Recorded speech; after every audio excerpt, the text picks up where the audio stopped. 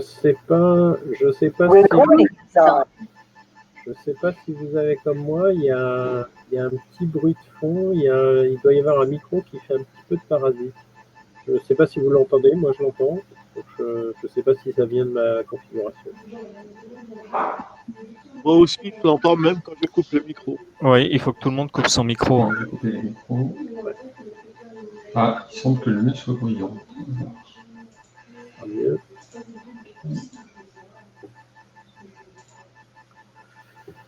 Donc aujourd'hui, on va voir Lightroom et la partie bibliothèque.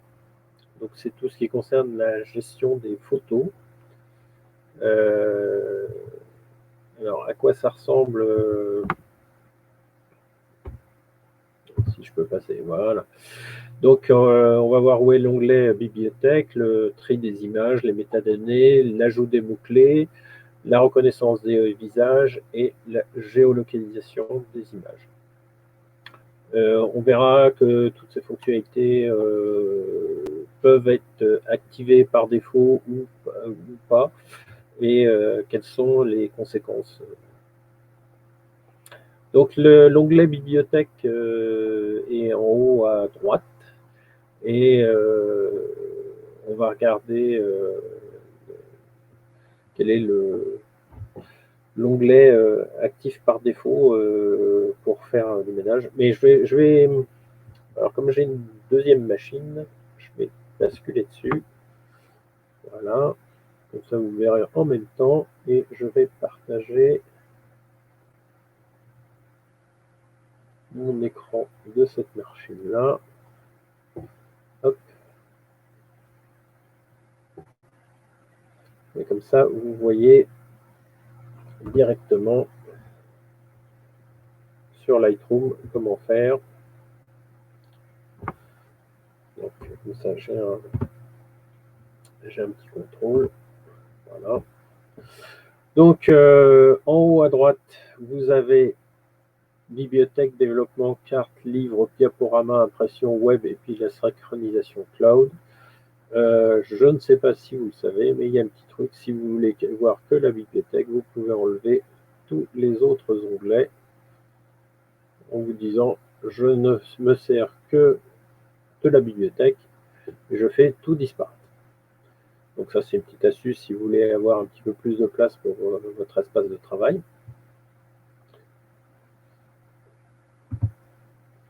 Alors, pour avoir, vous voyez, en général, on a un panneau à gauche et à droite qui affiche des informations, en dessous et au-dessus. Je vais le masquage. Qui, dans certains cas de figure, peut vous vous gêner. Alors, il y a une astuce avec la touche Tab qui vous permet d'activer et de désactiver les panneaux à gauche et à droite. Si vous faites Shift Tab, c'est-à-dire Shift, c'est la touche majuscule mais provisoire. Hein. Là, vous enlevez les les panneaux de gauche et droite, du dessus et du dessous. Alors, si vous avez un clavier avec les touches F5 à F8 de disponibles, alors attention, sur certains portables, je sais qu'il faut faire une combinaison de touches pour avoir les touches F5 et F8. Vous enlevez les panneaux par ordre. Donc la F5, c'est le panneau du haut. F6, c'est le panneau du bas. F7, c'est à gauche. F8, c'est à droite. Et quand vous avez une petite vignette comme ça, des fois, ça peut être pratique de l'avoir en plein écran. Vous appuyez sur la touche F et vous voyez la photo en plein écran.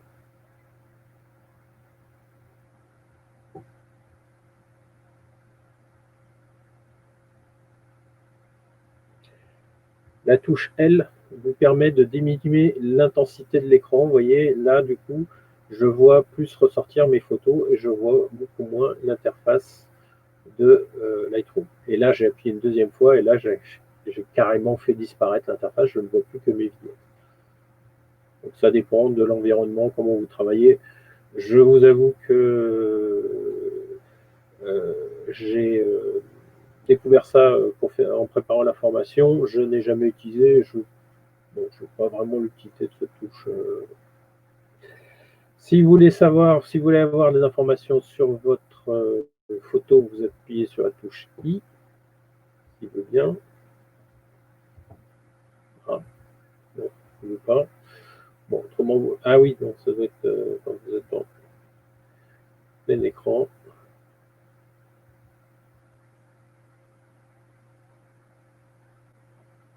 Ah, ah. C'est peut-être l'originalité qui a été retirée, c'est étonnant.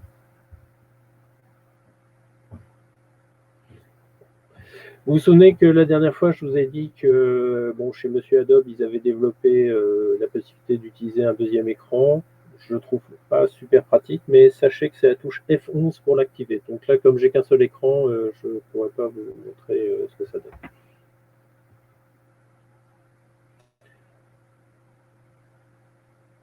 Alors, si vous faites CTRL sur Macintosh, je crois que c'est commande, et le signe inférieur, vous avez ce petit panneau qui vous rappelle toutes les fonctionnalités, les raccourcis d'affichage dont je vous ai parlé.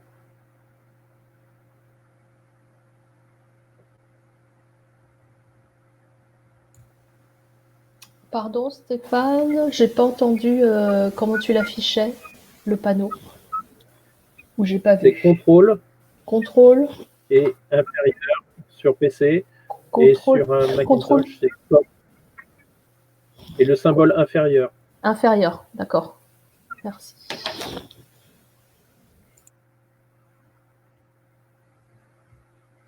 Et dès que vous appuyez sur CTRL quand vous êtes dans ce panneau-là, ça l'efface.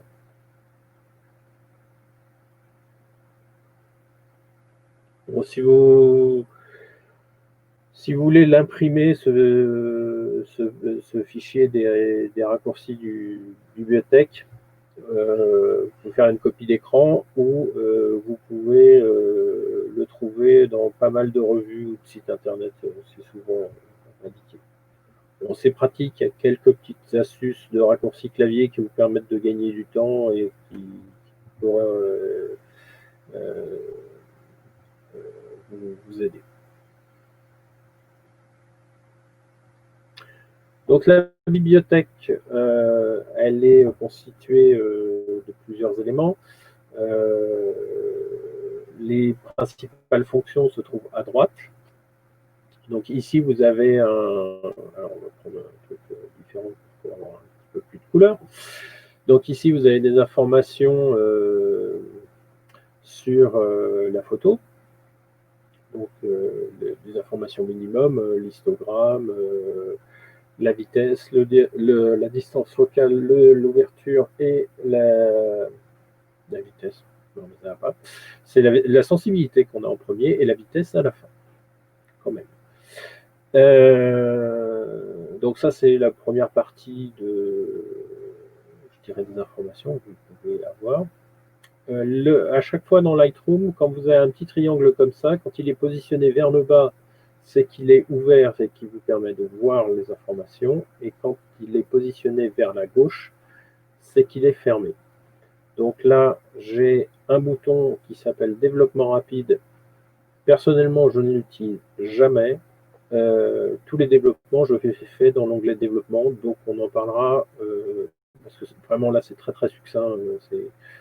Comme c'est indiqué, hein, c'est développement rapide. Je dirais c'est la partie développement minute de Lightroom. Donc je le referme, je n'utilise jamais. Les mots-clés, donc on va en parler. Donc la dernière fois, vous avez vu, quand on faisait l'importation, on pouvait ajouter des mots-clés au moment de l'importation. Si on les a déjà stockés, on peut les faire ajouter, ce qu'on avait vu, directement avec des suggestions de mots-clés qui sont par rapport aux dernières importations que vous avez faites et par rapport aux photographies qui sont contiguës à celle-là. Alors là, j'ai fait une collection un peu spéciale pour faire des formations, de façon à avoir des exemples de photos qui viennent d'autres catalogues. C'est pour ça que là, j'ai des informations qui correspondent à d'autres éléments qui font partie de sorties photos que j'ai fait avec le club de Paris. C'est pour ça que là, la sortie photo était au château des Trois Colonnes, et ici, il me propose Sanatorium, parce que c'est la sortie que j'avais fait juste avant ou juste après, je ne me rappelle plus dans quel ordre on l'avait fait. Donc l'ensemble des mots-clés, je vous en avais parlé l'autre fois, on peut avoir des systèmes personnalisés ou des choses. Mariage, en fait, c'est un truc qui est proposé par défaut, qui vous permet de cliquer et de rajouter des mots-clés. Donc ça, c'est un peu une redite de la dernière fois. Et bien sûr, si on ferme la suggestion des mots-clés et l'ensemble des mots-clés, ici, vous avez une liste des mots-clés et vous pouvez structurer vos mots-clés. C'est assez facile à faire. Alors, est-ce que je pourrais prendre que je n'ai pas rangé correctement? Est-ce que j'ai un truc qui pourrait correspondre? Oui, voilà. Donc là, j'ai un truc que j'ai pas bien rangé qui s'appelle heure bleue. Et je peux décider que l'heure bleue, c'est quelque chose que je range dans technique photo. Voilà. Donc maintenant, dans technique photo, j'ai heure bleue. Ce qui fait que si j'exporte cette photo dans un système pour l'extérieur, donc pour un réseau social par exemple, et que j'exporte les mots-clés, j'aurai heure bleue et technique photo. Donc tout le monde saura que j'ai deux catégories. Enfin, j'ai un mot-clé qui est heure bleue et j'ai une catégorie qui s'appelle technique photo. Si je ne veux pas que les gens le sachent ou que je ne veux pas exporter, je peux modifier l'étiquette des mots-clés et je peux enlever l'export des mots-clés par donc ça, oui, bah, je me suis mal positionné. J'aurais dû faire dans le bleu pour montrer, puisque c'est lui, le technique photo, c'est le parent de heure bleue. Donc là, il me suffit de faire d'enlever inclure à l'exportation et j'aurai plus technique photo qui apparaîtra. Bon, là, je m'en fous, en fait, moi, ça ne me dérange pas que les gens sachent comment est structuré mon système. Un petit truc sur les mots-clés. Alors, j'ai fait tout un PowerPoint sur les mots-clés pour, en fait, tout ce qui concernait ce qu'on appelle les thésaurus. Donc, où en trouver, comment les utiliser, comment les importer, etc. Moi, j'en ai récupéré quelques-uns. Donc, il y en a un qui concerne toute la France. Donc, j'ai toutes les régions de France. Et à l'intérieur des régions de France, par exemple, j'ai rajouté le thésaurus de Paris.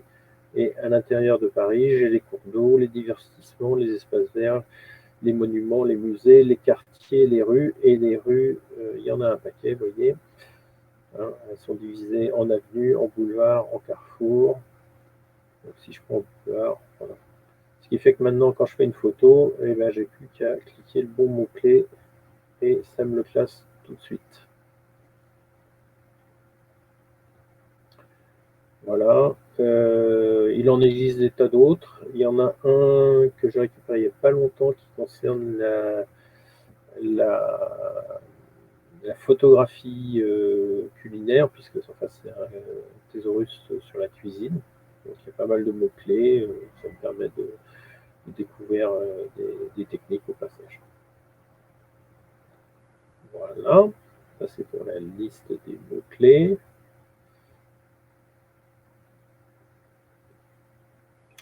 Les métadonnées, c'est les métadonnées que l'on a automatiquement par l'import de votre appareil photo. Donc en général, vous avez le nom du fichier, Ici, souvent, c'est le nom du fichier d'origine. Donc, si vous l'avez fait juste après l'import sur votre carte et que vous n'avez pas renommé avant, là, à cette époque-là, je le renommais avant, donc c'est pour ça que vous voyez marqué Urbex, vous avez la référence de votre fichier d'origine. Ce qui est très pratique quand vous n'êtes pas sûr de vous, et que vous sauvegardez, enfin vous n'effacez pas tout de suite votre carte photo, ça peut vous arriver d'avoir des doublons, et grâce à ce système-là, vous voyez tout de suite que c'est un doublon, et d'ailleurs Adobe s'en sert, enfin Lightroom s'en sert, et c'est grâce à ça qu'il vous dit, bah non mais ça vous l'avez déjà. Le nom du dossier dans lequel c'est stocké, donc c'est une photo qui avait été faite en avril 2017. Les métadonnées ont été modifiées, oui, c'est normal, puisque à l'import, je rajoute quelques petites fonctionnalités, quelques petits mots-clés, comme un copyright, voilà. Ici, vous avez l'heure de capture, la date de capture. C'est des informations qui peuvent être changées avec Lightroom, hein. Vous pouvez réécrire l'information. Les dimensions. Donc, si la photo a été recadrée directement par votre appareil photo, vous aurez une modification ici. Bien sûr, en général, quand c'est un fichier RAW, il n'y a pas de recadrage, mais sur un JPEG, ça peut arriver. L'exposition, donc ça, on retrouve les éléments qu'on avait ici, mais là, juste sur des lignes. Il me dit que le flash a été non déclenché, que la marque de mon appareil photo est un Olympus, que c'est un EMD EM1 marque 2 et que l'objectif est un Olympus 714. Voilà. C'est tout plein d'informations. Ici, en dessous, vous avez les commentaires. Les commentaires seront actifs dès que vous allez partager votre catalogue avec des gens par le système Adobe Cloud. Je dois en avoir qui sont...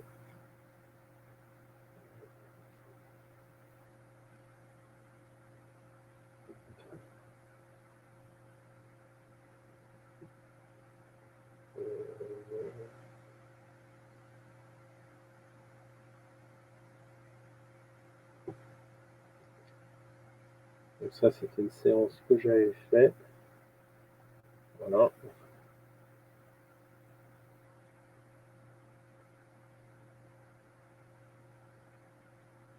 Et vous voyez, ici, j'ai une petite puce qui m'indique qu'il y a eu des commentaires et je ne veux pas me les afficher. Voilà, c'était peut-être simplement le fait qu'elle a dit qu'elle aimait la photo. Voilà. Donc quand vous échangez des informations, quand vous faites des photos pour quelqu'un et que vous ne voulez pas refaire toute la distance avec la personne, revenir pour discuter, vous avez la possibilité d'échanger et donc de trouver quelles sont les photos que vous allez retenir. Voilà. Alors, je ne sais pas si vous les voyez bien, mais dans les photos, là, il y en a qui ont des petits drapeaux, et il y en a qui ont des petits drapeaux avec une croix noire, et puis il y en a qui n'ont rien du tout. La bibliothèque va vous servir à trier vos photos.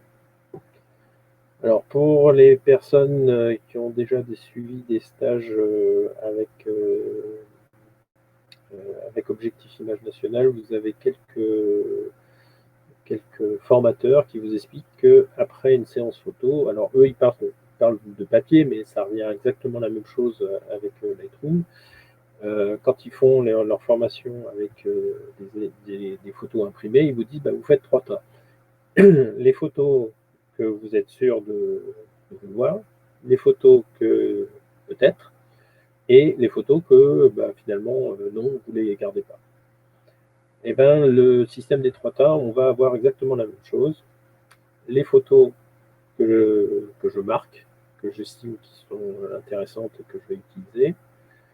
Les photos, bah, je ne sais pas c'est presque la même, mais c'est celle-là que je préfère finalement. Donc, je ne l'aurais pas marqué, rien du tout. Et puis, il y a un truc qui ne va pas, détail, machin, etc. Donc, les photos que je rejette. Pour faire ça, je vais sélectionner cette photo et elle est trop claire, elle est surexposée. Donc, finalement, je décide de ne pas la garder. Donc, vous avez vu, il y a eu affiché, définir comme rejeté, et le petit drapeau est arrivé ici. J'ai fait ça avec une touche, qui est la touche X. Si je veux enlever, ah ben non, finalement, je vais la garder, j'appuie sur la touche U, qui permet de l'enlever, et si je veux justement la marquer en disant, bah tiens, finalement, je vais en faire quelque chose, je estime qu'elle est bien et je veux la garder, c'est la touche U. Et vous avez vu, ça a marqué comme retenu. Bon, finalement, bah non, je ne la garde pas. Je supprime le marqueur. Alors, des fois, vous allez me dire, ouais, mais moi j'ai marqué plein de photos et tout.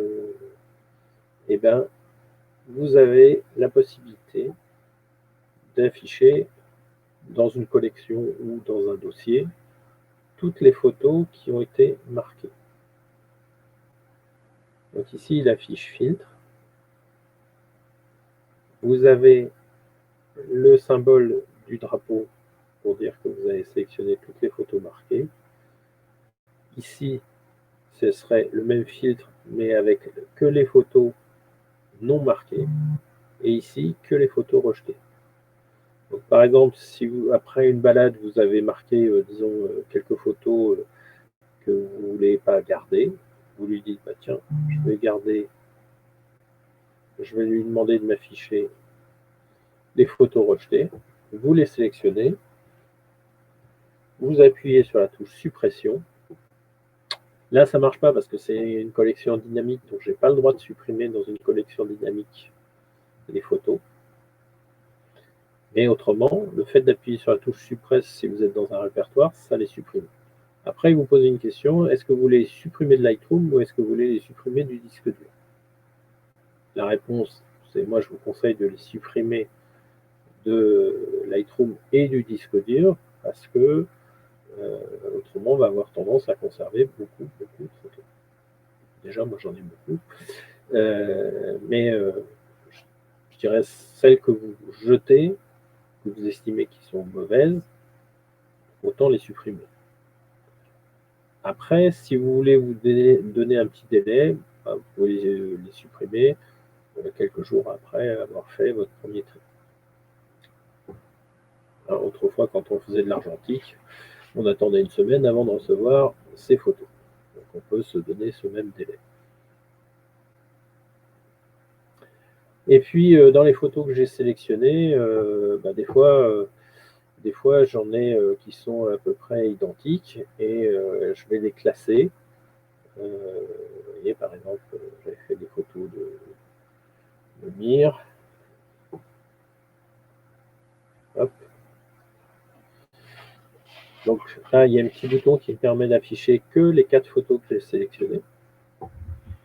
Donc là, je vais dire, oh, bah celle-là, ouais, non, bah oui, je la garde parce qu'elle a un intérêt, techniquement, elle a un intérêt, mais c'est pas la mieux de la série. Donc là, elles ont déjà toutes 4 étoiles, hein, c'était une formation préalable où j'avais mis des notes pour vous expliquer comment ça marche. Je vais dire, bon, bah celle-là, ouais, elle est pas mal, mais ça ne sera pas celle que je vais montrer pour la formation. Donc, je lui mets une note de 2. Celle-là, bah, finalement, elle est floue, mais bon, elle me va bien, je la garde. C'est un souvenir. Donc, elle est toujours marquée, mais j'ai mis ces étoiles à 0. Bon, celle-là, oui, bah, c'est celle-là que je vais utiliser pour la formation. Et puis, celle-là, je vais garder, mais j'ai une note de 2. Et donc, ici, dans mes filtres, je peux lui demander de compléter mes filtres. C'est-à-dire, je vais lui dire, bah, je veux que les photos qui ont plus de 3 étoiles. Ah bah là, il m'en reste plus qu'une seule dans la série que j'ai sélectionnée. Si je lui dis 2 étoiles, je vais retrouver mes 2 autres photos où j'avais noté 2 étoiles. Donc en combinant le marquage, les étoiles et éventuellement les couleurs, parce que vous pouvez marquer des couleurs, vous allez pouvoir sélectionner vos photos et les trier et les traiter assez rapidement, y compris dans un ensemble sous forme d'une visionneuse.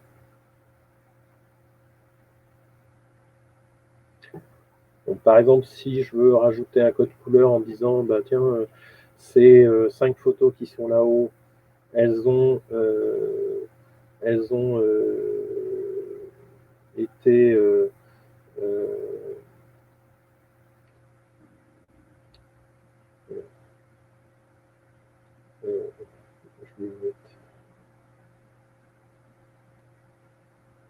elles ont été notées à 5. Bon, elles le sont déjà. Un petit coup de bombe et hop, je fais ma série à 5. Je vais les rebaisser comme ça vous verrez la différence. Hop. Voilà. Je vais repasser les notes à 2. Il y en a une au milieu, il n'a pas voulu la prendre. Voilà. Vous avez vu, les autres sont passés à 2. Je remets tout à 5. Voilà.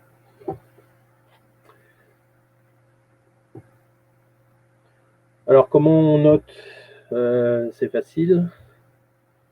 Je vais enlever mon filtre. Ici, vous avez le petit bouton qui vous permet de désactiver le filtre. Et autre méthode pour... je vais arrêter là avec la peinture. Si je veux mettre une note, donc tout à l'heure on avait PUX. Pour mettre une note, c'est la touche 1 pour une étoile, la touche 2 pour 2 étoiles, la touche 3 pour 3 étoiles, la touche 4 pour 4 étoiles, la touche 5 pour 5 étoiles. La touche 6, c'est pas les étoiles, c'est je vais activer le libellé rouge. Vous avez vu, la photo autour est devenue rouge. Et j'ai bien un petit logo rouge ici. Donc, vous avez rouge, jaune, vert et bleu. Donc, 7 pour jaune. Je ne le fais pas. Voilà. 8 pour vert et 9 pour bleu. Les 2 autres couleurs qui restent, violet, il faut le faire ici, en cliquant dessus. Et en fait, ici, dans le filtre, ce qui reste, c'est les libellés personnalisés et les sans libellés. Voilà.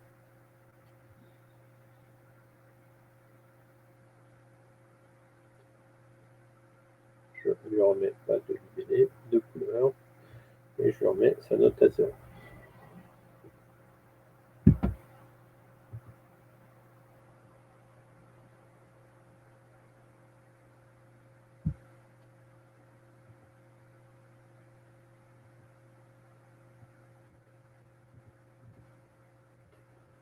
Alors je vais revenir sur les métadonnées parce que tout à l'heure je suis passé un petit peu rapidement. J'ai oublié de vous dire qu'il y avait en fait plusieurs représentations des métadonnées.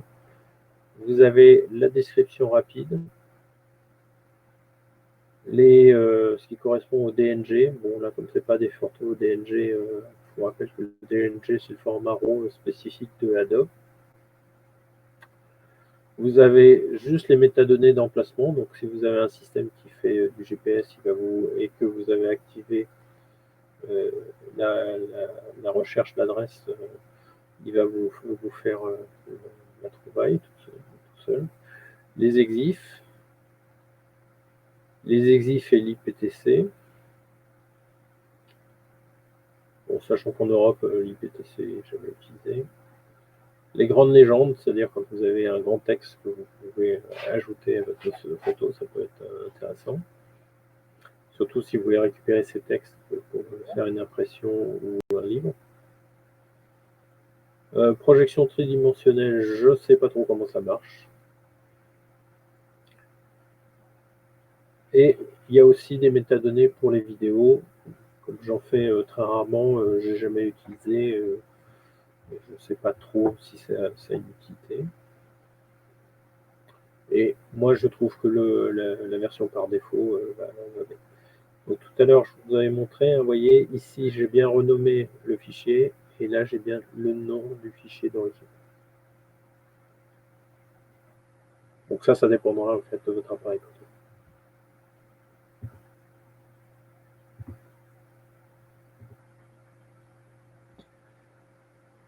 Alors, on va parler d'un truc qui peut être intéressant, c'est la reconnaissance des visages. Donc ici, je l'ai mis en pause. Pourquoi? Parce que quand vous avez beaucoup de photos, ça consomme beaucoup de ressources.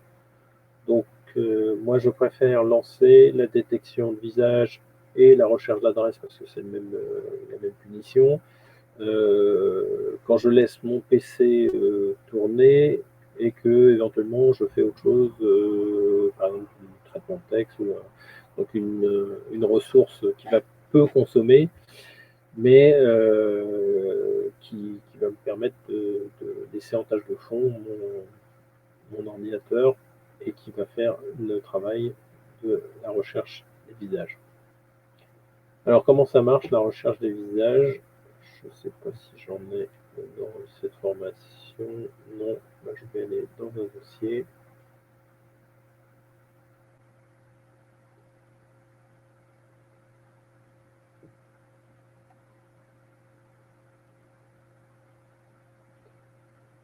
Hop. Je pense que je dois en avoir.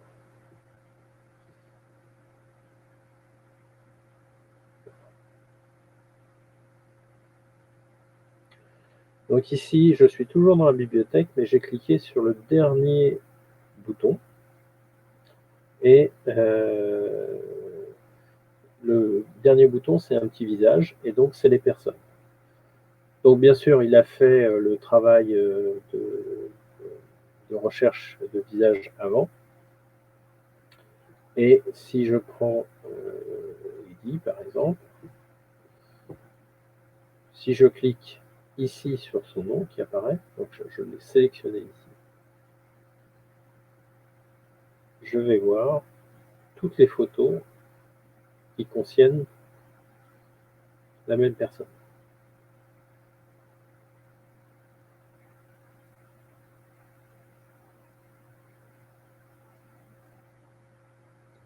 Ici, il affiche que les visages confirmés.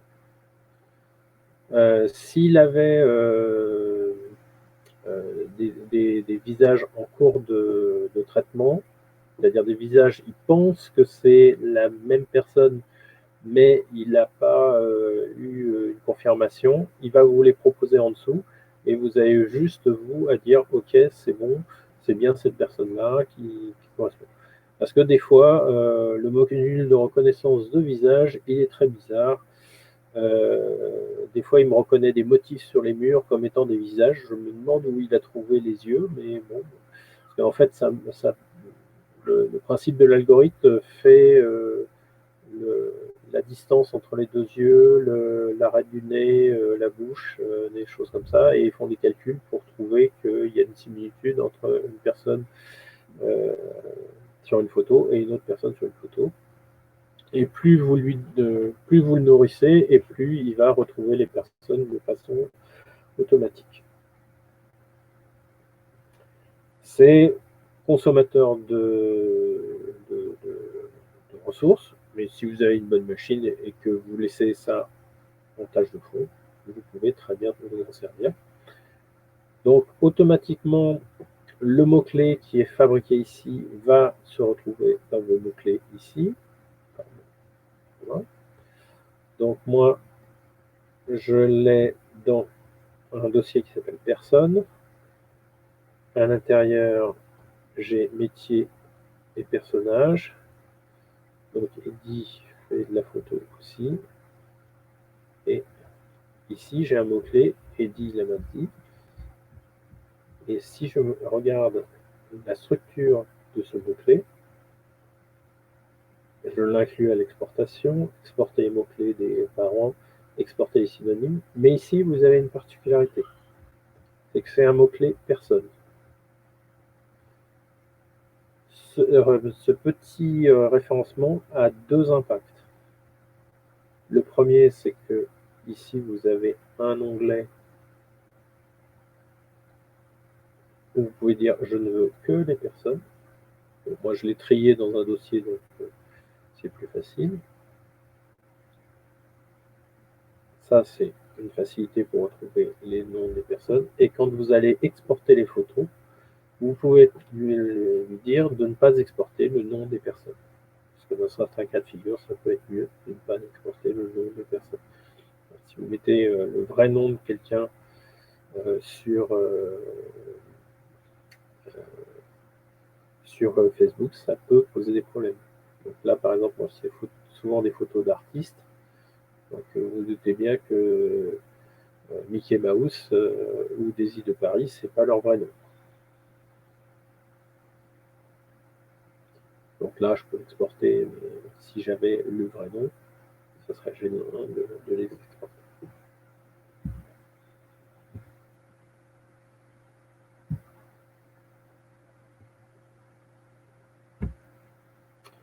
Alors, la géolocalisation, c'est le même principe.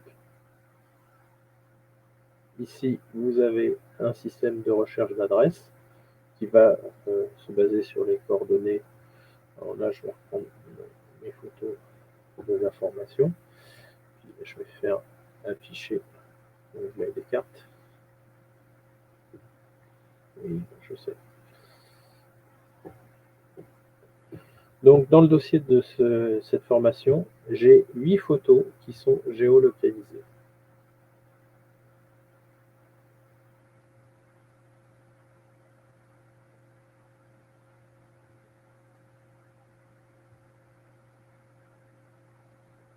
Je clique dessus et me retrouve mes 2 photos ici, qui ont été géolocalisées à cet endroit-là. Si je clique ici, je retrouve bien ma maison chinoise qui est ici. Alors par exemple, ces 3 photos-là ne sont pas géolocalisées, mais je peux décider, parce que bon, j'ai un appareil maintenant qui me permet d'avoir la fonction GPS, mais je n'ai pas encore vraiment utilisé. Donc je fais toujours mes géolocalisations après coup, à la main. Donc ici, c'est 3 photos de l'intérieur de la cathédrale de Notre-Dame. Je zoome un peu. Vous voyez que la photo de la carte de Lightroom est à jour parce que, bah oui, c'est en chantier. Et donc, je rajoute mes coordonnées GPS à mes 3 photos. Donc là, elles ont été sélectionnées. J'ai bien rajouté ici. Je vois en miniature en cliquant dessus les 3 petites photos.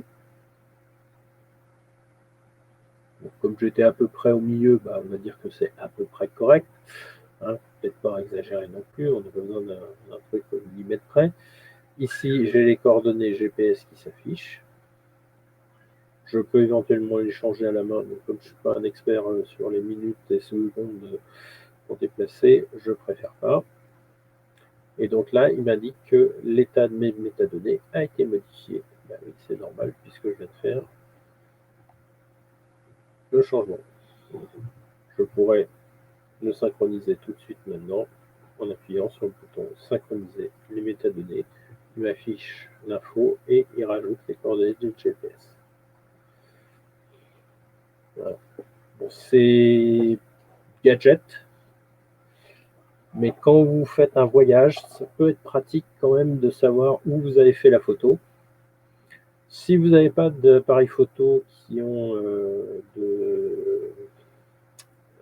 un module GPS, vous pouvez soit acheter un petit GPS qui vous permettra de faire la synchronisation après coup avec un petit logiciel, c'est-à-dire qu'il se base sur l'heure de la petite puce GPS que vous avez attachée à votre ceinture et l'heure qu'il y a sur votre appareil photo. Donc, il faut que les deux soient à la bonne heure hein, pour que les bonnes photos soient intégrées au bon truc.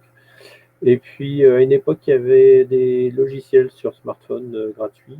Je n'en ai pas trouvé depuis un moment. Par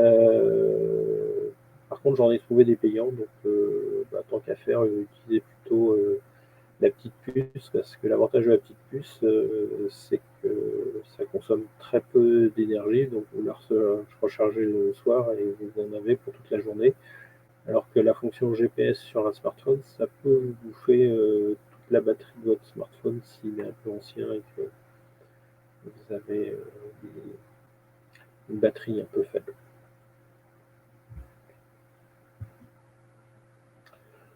Voilà, j'ai fait le tour de ce que je voulais vous montrer aujourd'hui, mais je pense que vous avez sûrement plein de questions. Donc, allez-y, ouvrez les micros, je vous écoute.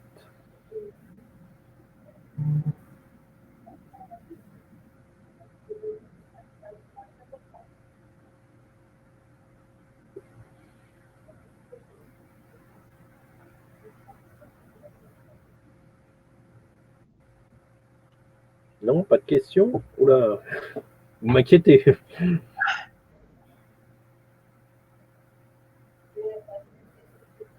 Ah, il y a Clark qui est arrivé.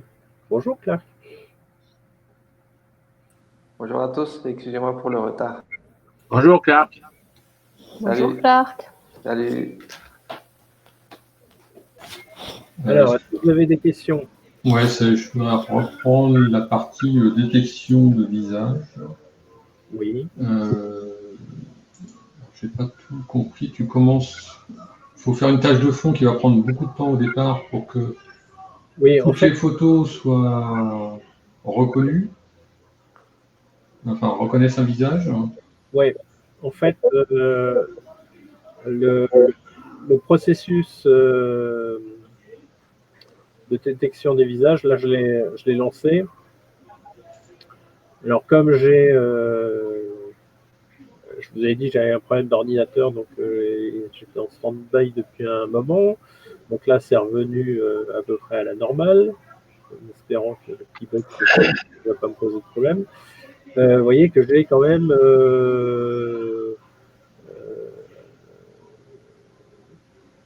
14 635 photos où il estime qu'il n'a pas fait le travail de reconnaissance du visage. Donc la reconnaissance de visage se fait vraiment sur n'importe quoi. Là, c'est, vous voyez, il voit un visage parce qu'il croit qu'il y a deux yeux, un nez, donc il estime que la peluche qui est ici, enfin la broderie, c'est la broderie de ma fille.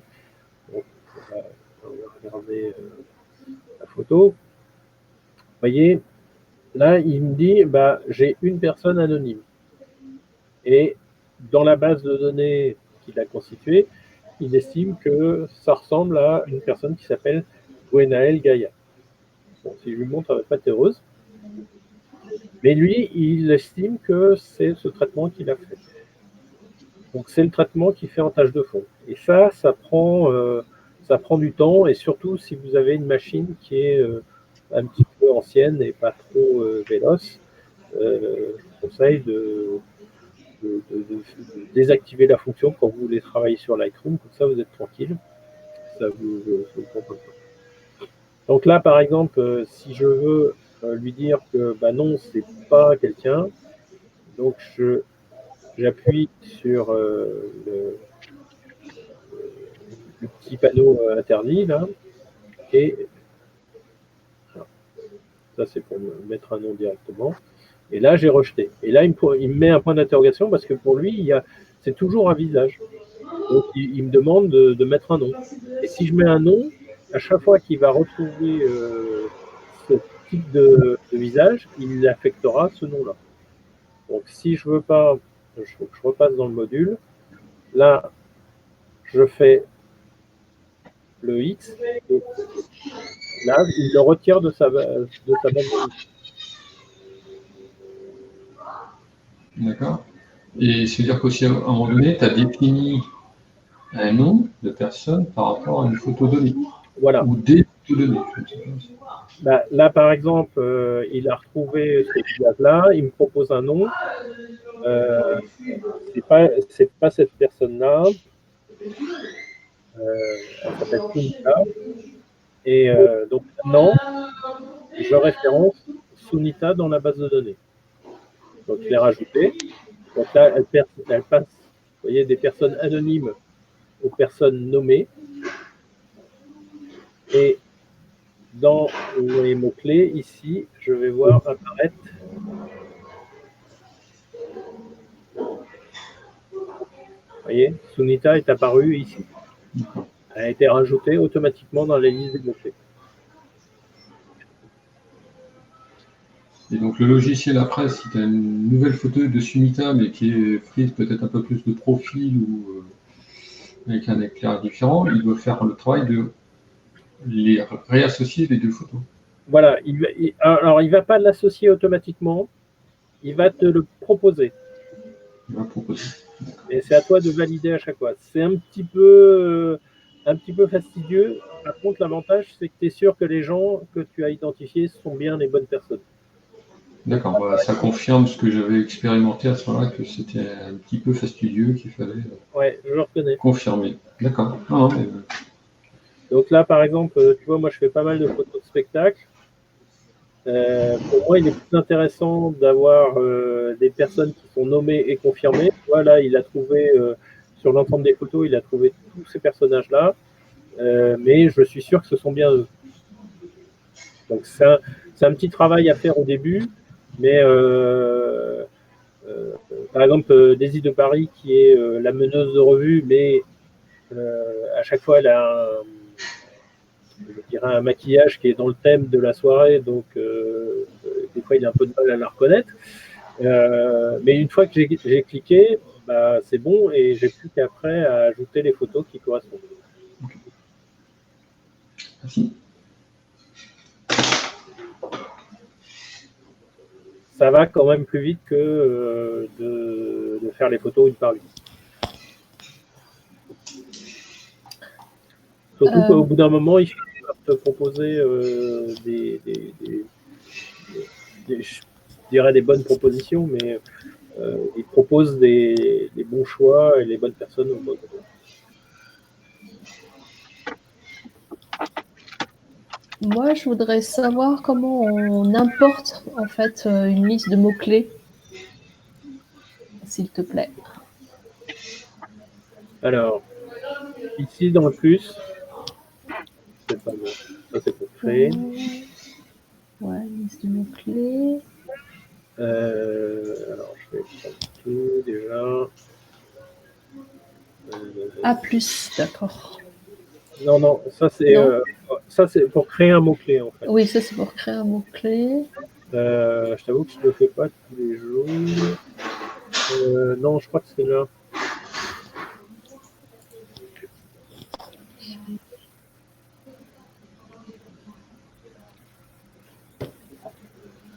Hop.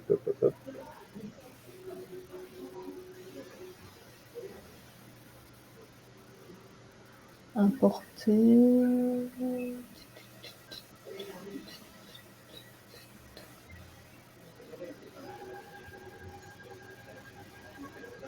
Alors, attends, je vais ouvrir.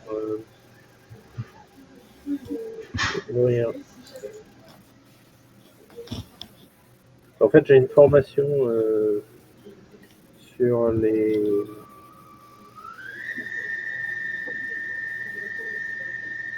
mots-clés.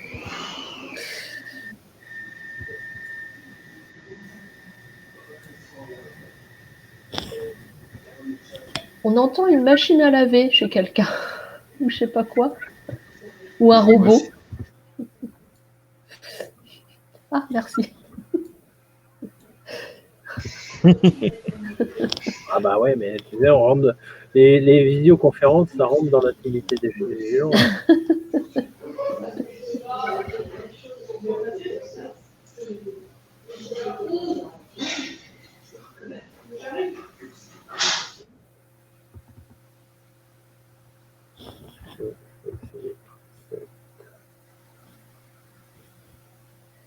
Alors, petite question pour WinLab. Oui. Importer des mots-clés, c'est-à-dire que tu as créé des mots-clés sur un autre logiciel ou enfin, quel est l'objectif? Stéphane disait qu'on pouvait récupérer des listes de mots-clés. Donc Oui. moi, j'ai trouvé effectivement une liste de mots-clés sur la photo culinaire, alors Ah, qui est d'accord. assez conséquente, hein. Il y a Ok. 2000, presque 3000 mots-clés, Oui. et du coup, qui est en format TXT.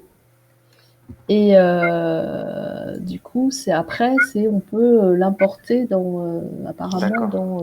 Oui, on peut. Bah, je pense que j'ai trouvé la même que toi, hein. Voilà. Je suis pas sûre que je la garde intégralement Oui, parce c'est que ce que j'ai fait moi avec France et Paris. Hein. J'ai bricolé le. ouais, tu l'as un petit peu. Je me demande si c'est pas. Par contre, Voilà.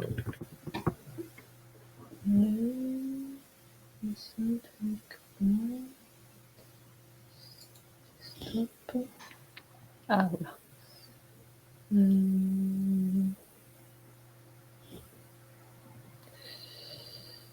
Oui. Alors par contre, Voilà. Je savais bien que c'était dans un menu. C'est ici, métadonnées alors métadonnées, oui. et importer les mots-clés. Mais avant de le faire, Ouais, tu fais une sauvegarde de ton catalogue. d'accord. Pour pas qu'il l'écrase. Non, c'est pas ça. C'est que il y a certains fichiers thésaurus qui sont mal foutus. Ouais. Et après, tu te retrouves avec un truc où c'est le bazar dans ta structure. Ouais. Et là, le seul moyen que tu as, c'est tu repars sur le backup de D'accord. Ok. ton thésaurus, parce que là, c'est vraiment la mauvaise blague. Parce que il y en a, en fait, si tu regardes comment c'est fait, le thésaurus, tu vas voir, c'est une. En fait, tu vas retrouver ça. C'est hiérarchique en fait, hein. Voilà. Ici, tu vas trouver France, et puis décalé, Ouais. Auvergne-Rhône-Alpes. Ouais. Ensuite, tu vas trouver un, et ensuite, tu vas, etc. Et donc, c'est décalé petit à petit. Alors, celui que tu as dû récupérer, c'est celui que j'ai classé dans photo culinaire. D'accord. Et j'ai trouvé ça. Donc, tu as accompagnement, garniture, tu vois, à l'intérieur, tu as les Ouais. assaisonnements, etc., etc. Alors, faites bien attention si vous voulez récupérer des thésaurus. Moi, le conseil que je vous donne, c'est que vous verrez qu'il y a beaucoup de thésaurus qui sont proposés par des sociétés anglaises ou américaines et qui sont payants. Franchement, pour ce qu'ils demandent, je trouve que ça vaut pas le coup. Surtout que dans 95% des cas, ils sont en anglais, donc ils nous intéressent pas beaucoup. Éventuellement, des thésaurus animaliers avec du latin, ça peut être intéressant parce que c'est le nom. Alors, c'est pas tellement animalier, c'est plutôt les plantes et les arbres. C'est intéressant d'avoir le nom latin d'une plante ou d'un arbre parce que discuter avec un botaniste, c'est ça, ou un jardinier, souvent, lui, dans sa formation, il a appris le nom latin du fichier. Je vais arrêter le partage ici. Je vais vous montrer. Je vais vous partager mon autre machine.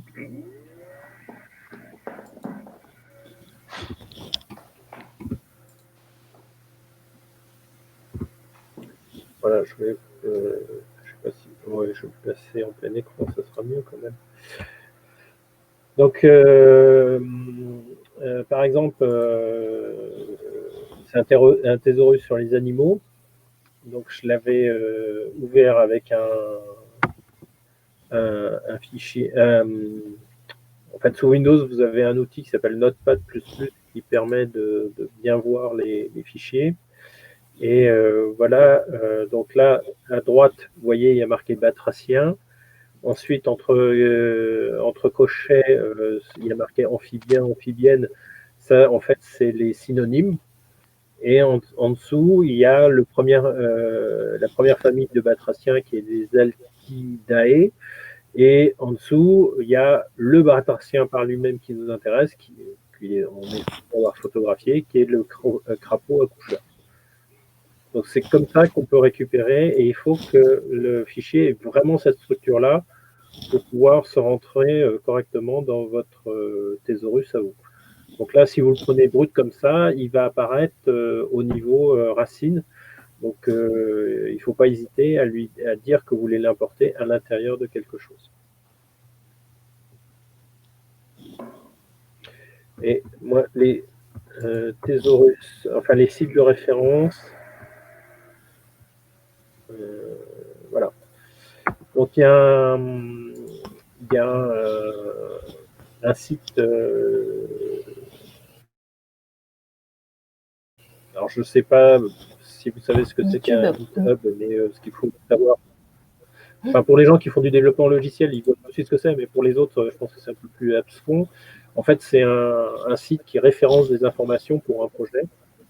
Et donc là, il y a un groupe de Français qui avait travaillé sur des projets de thésaurus. Ça a été très à la mode pendant quelques années, et puis là, maintenant, c'est complètement arrêté. Il n'y a plus de... J'ai pas vu d'évolution sur les thésaurus depuis plusieurs années. Donc les 3 endroits où vous pouvez trouver des choses de référence en français, en plus c'est gratuit, et c'est à vous de voir si c'est utile ou pas pour vous. Ils sont dans ce truc.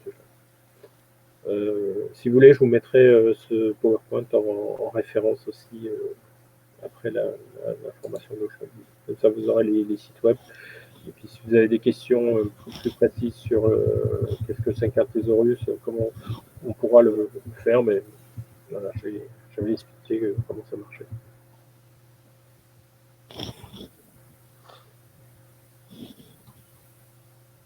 Je connais un petit peu la dichotomie des systèmes de mots-clés et de thésaurus, parce qu'en fait, il y a assez longtemps, j'avais développé un logiciel pour une bibliothèque, et donc il avait besoin de ces fonctionnalités-là. Donc c'est comme ça que j'ai découvert des choses.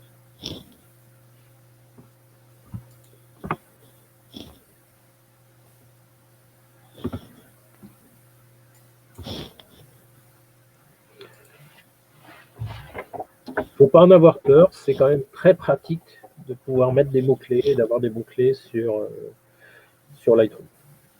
Après, vous avez des gens qui vous diront avec 3 mots-clés, je m'en sors.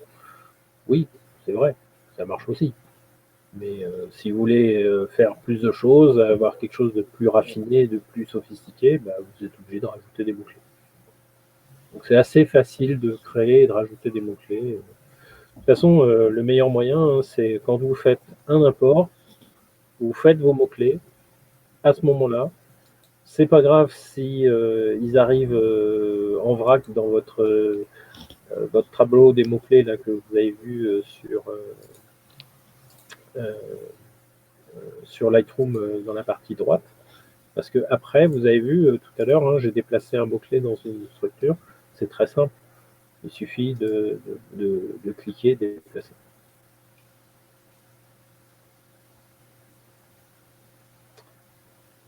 D'autres questions?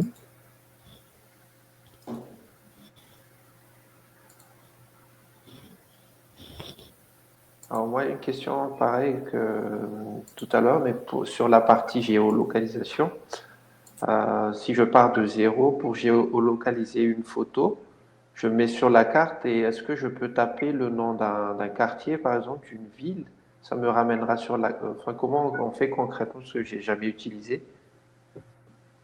Alors, le problème de la carte, c'est quand... oui, je vais repartager mon écran. Parce que autrement, si je le fais et que je ne partage pas l'écran, vous n'allez rien voir. Donc c'est une carte. Alors, pourquoi il y a une scission dans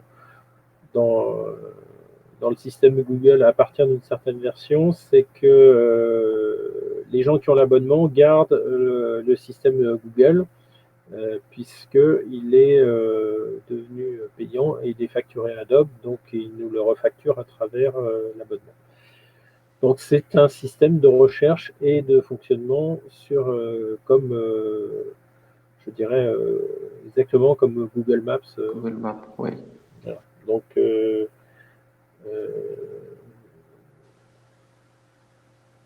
alors c'est